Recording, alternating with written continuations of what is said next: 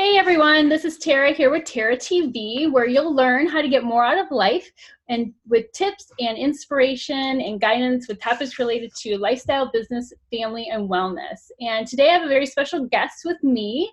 As you know, I've been doing a series of The Rise of the Entrepreneur and specifically focusing on teachers and educators this week. And next week we'll be doing focusing more on military families and moms. And then the following week on health professionals. So you're sure to be joining us for that, but you'll want to tune in. But today I have Gina Forcatto, and she is going to be talking to us about her time as an educator, as a teacher, and how she has transitioned over to her current role in the company that we're in. She's a network marketer, and I'll let her tell that story. But first, this is about how everyday people are creating wealth and freedom, and they are doing it with online businesses in their spare time. And so we wanted to be an encouragement to you if this is something you're thinking about or considering, and just give you a little bit more insight to the type of people who are in these careers. And just the career path has changed so dramatically. I feel in the last several decades that people are overworked and they're stressed and they are tired and they're not getting ahead. And so we want to just give encouragement that it doesn't need to be like that, and that you can use the gifts and the talents that God has given you in other avenues and other ways. And people have and been very successful. So Gina, thank you for joining me today. You're welcome. Thanks for inviting me. You're welcome. And Gina, just tell everyone where you're from and a little bit about your teaching profession and how you got started. Okay. I am from Fort Collins, Colorado. We've lived here for almost 13 years, and before that, Southern California. When I was in 8th grade, we moved from Southern California to Colorado and went to middle school and then high school, and then I moved back to Santa Barbara to go to college. And that's where I went to grad school to get my teaching credential there. From Santa Barbara, I moved up to Northern California for my first year of teaching, and then decided that I wanted to be back down in Southern California.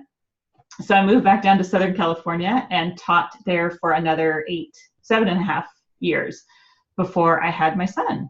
And what was the subject that you taught? I taught high school, and I taught Spanish for Spanish speakers. I taught AP Spanish 1 year, Spanish 1 and 2, and then ESL, English as a second language. That's what it was back then. And I did 2 different levels of ESL. And I was also the cheerleading advisor and the drill team advisor, even though that was not my choice. It was what I did because I was single and female. And I was not tenured, so I had no choice.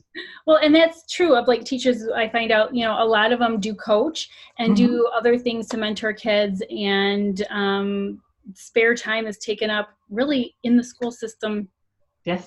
So I'm finding that, they make a little extra money or do these things to help in different ways, and they might love it or they might just need to do it. So yeah, that's something right. I've been, talking to other teachers about. That seems to be a common thread. So right. And even teaching summer school too. I taught summer school, I forget how many years, just to have that extra income coming, because living in Southern California, I was single, lived by myself most of the time, and it was tight, just making ends meet. And so I taught summer school, I think probably 3 or 4 years in the summer, but it's 6 weeks long. You have to be there 8 until 4 every day.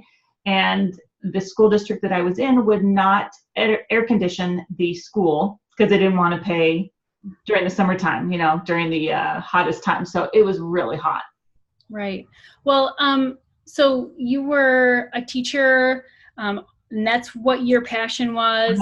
And what do you think the characteristics that you have that made you want to become a teacher? Like, what did you really love? What was your passion? What was the thing that you really loved about it? I loved feeling like I was giving back, and I felt like I was more of a counselor to kids. I had incredible friendships with them and with their families, and really connected with them. And a lot of them would come to me for personal problems dealing with, and so I felt like I really was spending more of a time being a mentor rather than just an educator and teaching curriculum. And I enjoyed that part, giving back. Sometimes it was a little hard because I knew what they were really going through. I had one boy that was homeless and living in a car. That was tough. I had no idea. And he was one of my students. And then just one of my students became a TA his senior year and was at my wedding. And we're still friends to this day. And so it's really fun. I think that relationship part of it, and really investing who I am and getting to know other people gives me a sense of purpose. And of course, the education part of it, because I loved teaching Spanish and had traveled and wanted to help other kids enjoy a foreign language as well. Awesome. Well, yeah, that is, I feel like what teachers do have in common too, is that in the profession, they like the mentoring, the other things besides just the curriculum. So yeah, perfect. What was it that brought you to what you are currently doing, and how do you feel like what wasn't working for you and what brought you to what you are doing now? Okay. And that's a great question. The longer that I was in the system, the more I realized that they wanted me to have my personal beliefs align with the local union and even the national teachers union.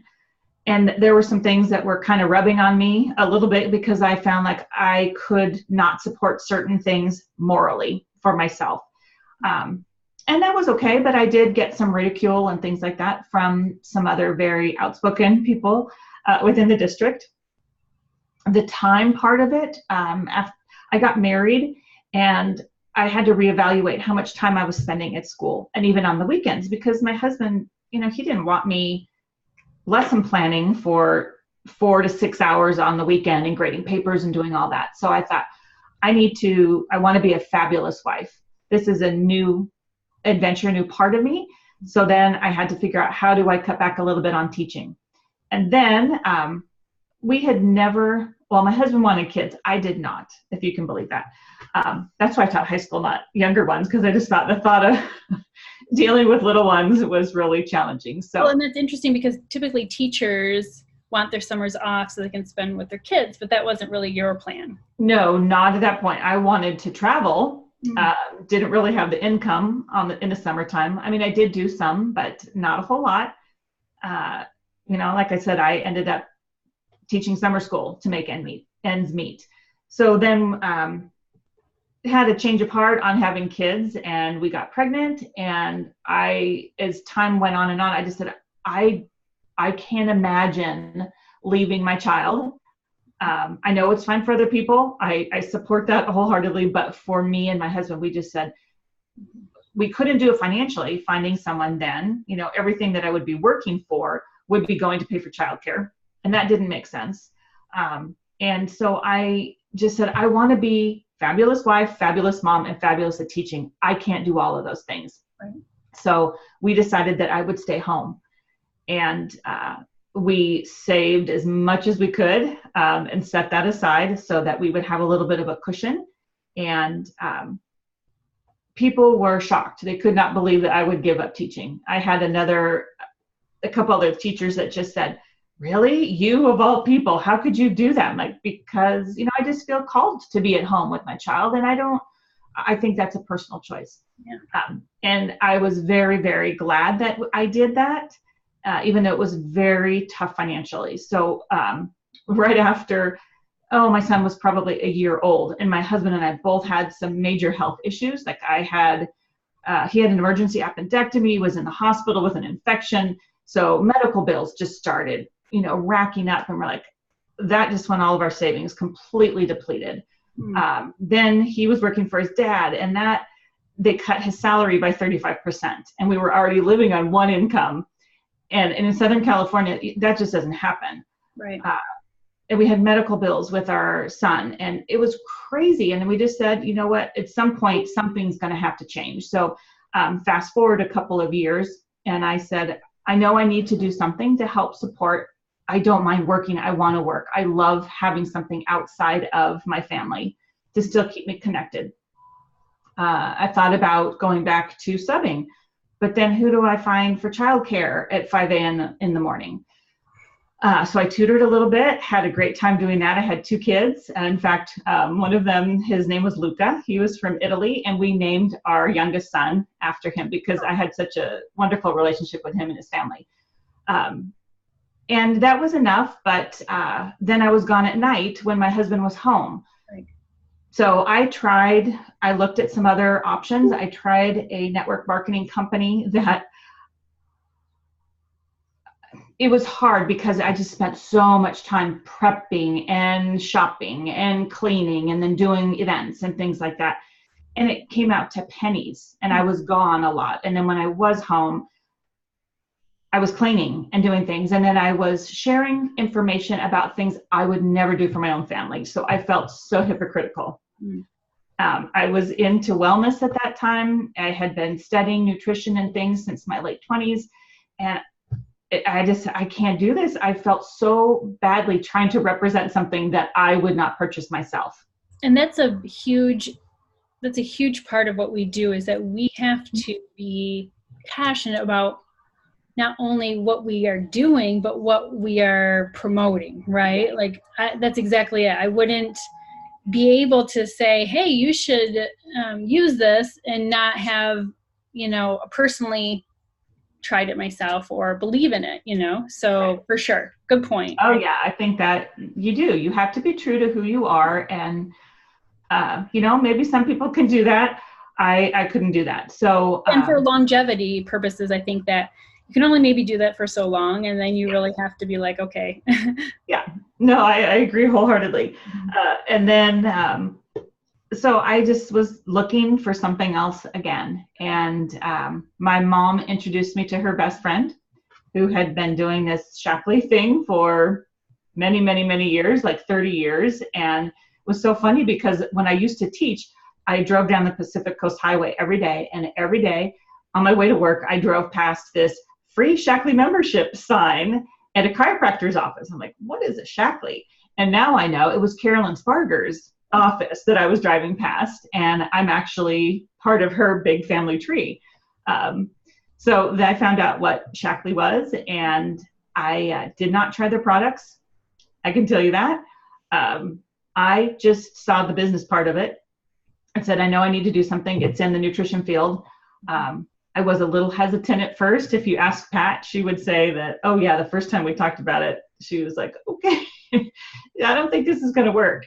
But once I realized this could really be something for me and my family long term, it was something I was passionate about. I was still using my teaching skills and being able to be a part of other people's lives and invest in them and help them. So to me, it was very similar to teaching.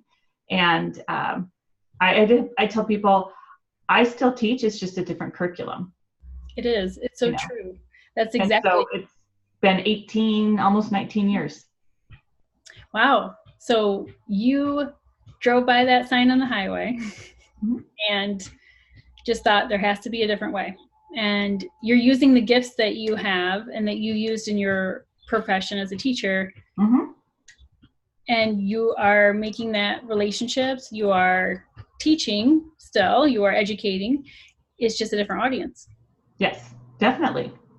And what would you, what advice would you give other, passionate teachers that want to make an impact? What would you tell them that might have that same feeling that you did, or the same pressures or beliefs that you had? And what advice would you give them if they're thinking about doing something along these lines? I guess there's the 2 camps, the people that really want to get out and find something different, or the ones that want to transition somehow, right?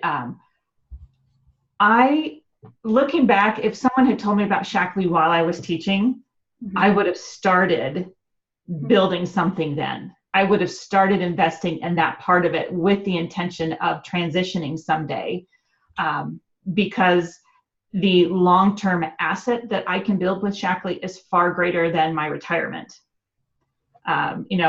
within teaching. And what I could replace, I can replace with an income from Shaklee faster than I could have, what I was making 23 years ago. it's just kind of humorous. And in working maybe 4 to 6 days a week, or 4 to 6 hours a week sometimes, that's it.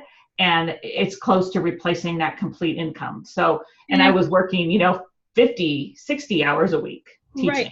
And I think the difference here is that residual income piece, that you're teaching maybe multiple times, but you're teaching somebody to do what you do, and they teach, you have such a bigger impact and a bigger outreach that you can spread things through other people by teaching them, and then they teach others. And that's just been the amazing piece to me in this whole thing, is that, and we need teachers. We need those people who are passionate about reaching, people and communicating and firing, teams and individuals and people up about their health and wellness. Right. And there's a lot of teachers in this business. There are. And I think, it's that piece of wanting to give back and help and being invested in other people's lives. I also think that teachers have a very unique ability to put things together. And it's funny to even see like elementary school teachers versus high school teachers, because the ones that are super creative that I've met within this community, I'm like, oh my gosh, you taught elementary. That's why you've got this cute little, group or whatever that's going on. And I don't necessarily have that.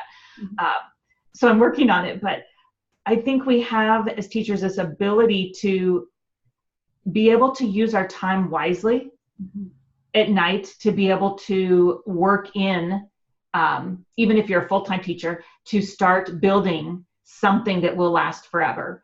And for those who want to transition and completely get out of it, even like right now, there's that option too, because we can be very resourceful. We can be very focused and detailed and know how to get things done pretty quickly. Absolutely. That's so true. So, well, Gina, I thank you so much. Is there anything you want to just say in closing? Or, we did cover quite a bit, but if there's anything else that you wanted to make sure everyone knows, either about you or about transitioning into an entrepreneurial role? One thing is, I have never regretted leaving. I've never looked back. I missed the relationships with my colleagues, but I found that, within this community. So I would highly encourage people to, if there's even ever a doubt, or if you're considering, you might even be close to retirement, but want to know, okay, maybe I want to still stay involved some way. This would be a phenomenal way for you to still use your talents and feel fulfilled and have that sense of purpose and moving forward, even part-time. So that would be my encouragement to people, to really take a look. That's great. Thank you so much. And like she said, if you have even the slightest interest in becoming an entrepreneur, like Gina or myself, I encourage you to reach out to either one of us and schedule an appointment or a tour of my online classroom, so that you can learn the benefits we offer, the systems we use, and how to create sales without selling, because I think that's one of the points that we don't talk about enough, and what our products are and what are the options for getting started. And I also have, tonight there is a webinar on the rise of the entrepreneur, and I'll put a link in the show notes below or in the comments, depending on if you're on Facebook or YouTube. And I will, and you can register for that, and it's free. It's at 8:30 Eastern time tonight. But if you do sign up for it and you can't be there, I encourage you just to go ahead and register anyway, because you'll get a replay in your inbox either tomorrow or the next day. So you'll still have access to that. And I just appreciate Gina for being here and sharing with us her journey. And I really appreciate her taking the time. So thank you so much, Gina. Thank you, Tarrah. You're welcome. And thanks for joining us today on Tarrah TV.